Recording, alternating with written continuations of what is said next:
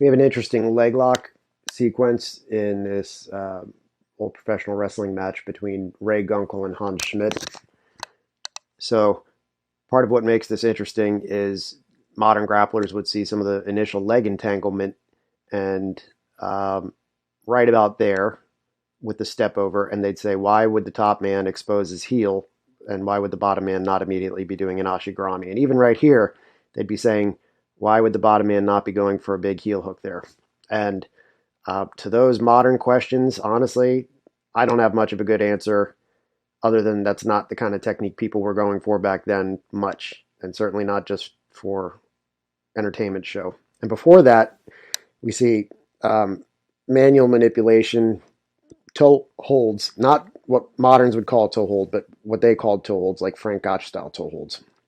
Then comes the step over with a 2-on-1 ankle lock style grip, but aggressive body lean, both for hip pressure and to encourage the pin. And what makes this an interesting quote unquote sequence to me is just that it's a mess in a lot of ways, but that mess contains reflections of some real techniques. So the manual ankle manipulation, low percentage modern day, but yes, you can absolutely tweak people's knees with those manual manipulations, particularly if they're wearing shoes. The grip's frictive surface becomes easier.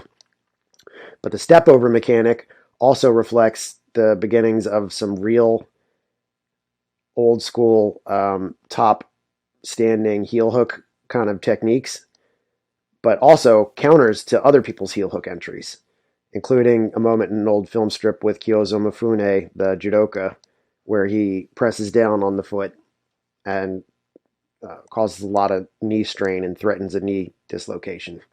So embedded in all this stuff, there's like a kernel of something real. And even the lean over that you're seeing right now, if the bottom of his foot were planted so that the heel couldn't be dug out, and if like in this 50-50 position, and if the bottom man were made to eat his own knee and shin, so to speak, a little bit more, like force him to do a bad rubber guard. I've shown counters to my students that basically work just like that, and they threaten some pretty nasty breaks when you do it right. I might do another video on that some other time. But this is just such an interesting sequence because there's so many kernels of little things that could actually work. But the way they string them together is obviously theatrical, and here he's just trying to get a pin. They're not actually trying to go for submissions. This is all just punishment holds to get the bottom man on his shoulders.